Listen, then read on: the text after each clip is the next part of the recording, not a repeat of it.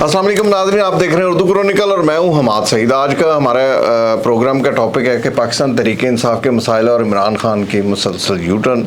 दूसरे नंबर पे है कि धरना जो है वो क्या रंग खिलाएगा, क्या गुल खिलाने जा रहा है। तीसरे नंबर के ऊपर जो हमारा आज का टॉपिक है वो है एक बड़ा इम्पोर्टेंट जो मर्डर हो गया है एक शाहिद सदीकी साहब का, जो कि शाहिद सदीक साहब जो कि बानी रहनुमा मसीह हैं पाकिस्तान तहरीक इंसाफ के, उसका टॉपिक डिस्कस किया जाएगा। उसके साथ साथ हम रऊफ़ हसन के ऊपर भी बात करेंगे, लेकिन सबसे पहले हम बात करेंगे कि पाकिस्तान तहरीक इंसाफ जो है वो मुसलसल एक इंतशार का शिकार नज़र आ रही है और उसमें इजाफा होता चला जा रहा है। और ये पार्टी एक तो ये है कि इमरान खान के होते हुए भी इंतशार का शिकार थी, क्योंकि एक नई पार्टी बनी है, उसको जो है वो खड़ा होने का मौका नहीं दिया जा रहा। और जो दूसरी सियासी जमातें हैं जो ताकतवर हैं, जिनके ताकतवर हलकों के साथ तल्लुकात भी हैं और जो ख़ुद भी जो है वो इक़्तिदार के मज़े लूट चुकी हैं और अभी भी लूट रही हैं, वो भी किसी सूरत इसका वजूद बर्दाश्त करने के लिए तैयार नहीं है। ताहम अदालतों से कुछ रिलीफ मिला है और अदालतों के उस रिलीफ की वजह से ही ये पार्टी थोड़ी सी इस वक्त हमारे सामने नज़र आ रही है। अदरवाइज़ इस पार्टी को तोड़ने के लिए सरतोड़ कोशिशें की जा रही। अभी जैसे आपने सुना ख़बरों में भी चल रहा है कि रऊफ़ हसन साहब जो हैं वो उनको रऊफ़ हसन कह रहा हूँ, जो अपना शेर अफजल मरवत है, उनको जो है वो पार्टी से निकाला जा रहा है। शेर अफजल मरवत का एक वो फ़िक्रा जिसकी वजह से वो काफ़ी मशहूर हुए, वो है बढ़ गया। उसके बाद वो फिर अपना वो पार्टी के अंदर बढ़ गए और फिर पार्टी भी बढ़ गई। तो सूरत हाल बड़ी अजीबोगरीब सी चल रही है कि शेर अफजल मरवत गो के उनकी बड़ी कुर्बानी है, उसको मानना चाहिए। शेर अफजल मरवत जो है उसने पार्टी का उस टाइम साथ दिया जिस वक्त पार्टी इंतहाई जो है ना वो इंतशार का शिकार थी और बिखरी हुई नज़र आ रही थी। और ये महसूस हो रहा था कि शायद ये पार्टी जो है वो किसी न किसी जगह पे टूटने जा रही है और अब ये नहीं बिल्डअप नहीं हो सकेगी। वो कि अवामी रद्द-ए-अमल या अवाम की जो राय है उसको सामने रखा जाए तो वो बड़ी शदीद थी। तो शेर अफजल मरवत ने कोशिश की और मैं समझता हूँ कि दिल के साथ कोशिश की, जिसके अंदर कराची को देख लें, जिसके अंदर लाहौर को देख लें, जिसके अंदर अपना वो पेशावर को देख लें, कोयटा को देख लें, पूरे मुल्क को देख लें, वहाँ पर उसने दौरे किए, पार्टी को मुतहर्रिक किया और इमरान खान की उस वक्त उनको हमायत हासिल थी। अभी शेर अफजल के ऊपर जाते ही लोगों को कुछ शिकायत उनसे हुई कि ये बग़ैर इमरान खान की मर्ज़ी के फ़ैसले कर लेते हैं और फिर उनके ऊपर अमल दरामद भी शुरू कर देते हैं और पार्टी वर्कर भी उनके साथ हैं। तो उन्होंने इमरान खान साहब को शिकायतें की कि कल आपकी पार्टी, जो इमरान खान को सबसे बड़ी शिकायत की वो थी कि पार्टी हाईजैक। इनके मुतल्लिक एक बाखबर ज़राए ने ये बात बताई है कि इनके मुतल्लिक कहा जा रहा है कि ये और पंजाब का एक बहुत बड़ा लीडर जो शामिल हुआ था अपनी जमात को छोड़ के इसके अंदर पाकिस्तान तहरीक इंसाफ के अंदर, ये पार्टी को हाईजैक करने के कोशिशें कर रहे हैं। और उसके बाद 2-3 नाम सामने आए, इनमें से एक जो है शेर अफजल मरवत का तो पहले चल रहा था, फिर परवेज़ इलाही का, और फिर उससे पहले जो है वो पाकिस्तान पीपल्स पार्टी के एक लीडर हैं उनका नाम लिया जा रहा था। तो इस तरह ये लेकिन शेर अफजल मरवत को कंफर्म कर दिया गया और जिसके बाद इमरान खान साहब भी इनके ख़िलाफ़ हो गए और फिर आहिस्ता आहिस्ता मामला यहाँ तक आ गया। लेकिन शेर अफजल मरवत की जानिब से अभी भी यही कहा जा रहा है कि वो इमरान खान के साहब के साथ हैं और अगर इमरान खान साहब कहेंगे तो वो पार्टी से इस्तीफ़ा दे देंगे। दूसरी तरफ शेर अफजल मरवत का कहना है कि उनको सुना ही नहीं गया, उनका मौक़िफ़ नहीं लिया गया, जो उन्होंने बातें की कहीं और जिनके ऊपर अमल दरामद किया गया।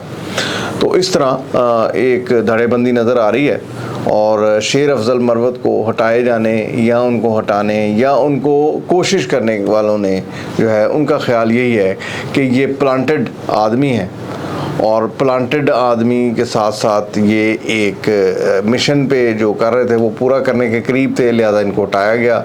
लेकिन शेर अफजल मरवत के साथ जो लोग जुड़े हुए हैं उनका कहना है कि इनको सिर्फ इसलिए हटाया गया क्योंकि अपना जो शाहीन साहब हैं, जो गौहर साहब हैं, ये सब लोग इसलिए ख़िलाफ़ हैं क्योंकि शेर अफजल मरवत की जो पॉपुलैरिटी है वो किसी तौर कम नहीं हो रही। तो इस वजह से उनको उठाया जा रहा है और बाखबर पार्टी बाखबर ज़राए ने यह भी कहा कि इमरान खान साहब भी शायद उन हासदों में शामिल हो चुके हैं जो इनको पसंद नहीं करते, क्योंकि ये अपनी मर्ज़ी से फैसले कर लेते हैं और वो पॉपुलर जो डिसीजंस हैं वो लोगों में चलना शुरू हो जाते हैं और वो शेर अफजल मरवत का नाम आना शुरू होता है। ताहम मेरी ज़ाती राय के मुताबिक शेर अफजल मरवत जो है वो नो डाउट शायद अच्छा आदमी है, लेकिन वो कबल अज़ वक्त फ़ैसले कर लेता है और तेज़ी से करता है।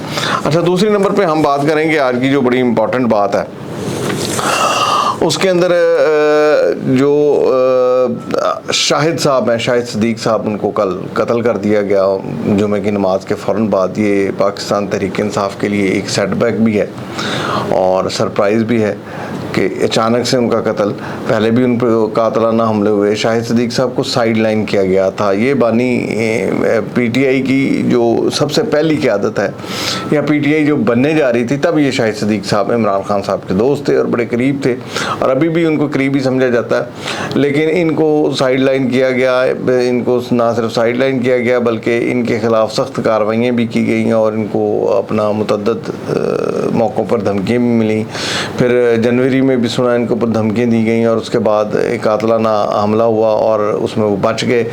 उस वक्त भी पुलिस ने इनके साथ ताउन नहीं किया और अभी तक वो कातलाना हमले का मुलज़िम भी भागा हुआ है। दूसरी तरफ इनका कल जो वाक़या हुआ उसके अंदर इनकी जान चली गई और उसके अंदर भी जो है वो सूरत हाल बड़ी वाज़ेह, लेकिन पाकिस्तान तहरीक इंसाफ की तरफ से कोई सख्त किस्म का रद्द अमल सामने नहीं आया जैसा आना चाहिए था और दीगर सियासी जमातों की तरफ से भी कोई ख़ास रद्द अमल सामने नहीं आया जैसा आना चाहिए था।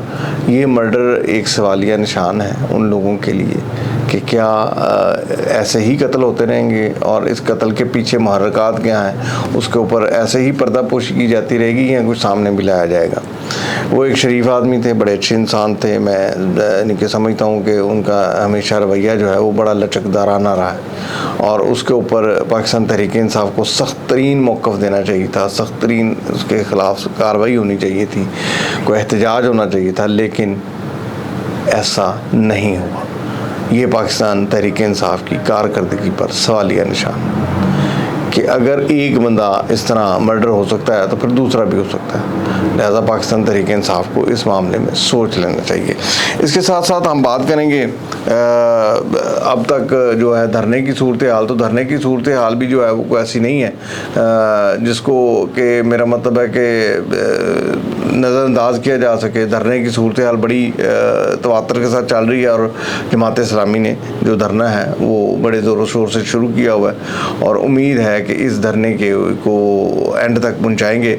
अभी तक बहुत सारे मुज़ाकरात की कोशिशें की गई, लेकिन जमात इस्लामी जो है वो एक ही बात के ऊपर कायम है कि धरना तब तक जारी रहेगा जब तक हुकूमत वन स्टेप बैक नहीं करती और बिजली के बिलों में कमी का ऐलान नहीं करती। तो हुकूमत को भी सोचना चाहिए कि गरीबों को ख़ास तौर पर रिलीफ देना है और किस तरह देना है ये अब हुकूमत का काम है। हुकूमत को उस तरफ देखना चाहिए और हुकूमत को काम करना चाहिए। ये थी हमारी आज की वीडियो। नई वीडियो के साथ दोबारा हाज़िर होंगे, तब तक के लिए इजाज़त दीजिए। अल्लाह हाफ़िज़।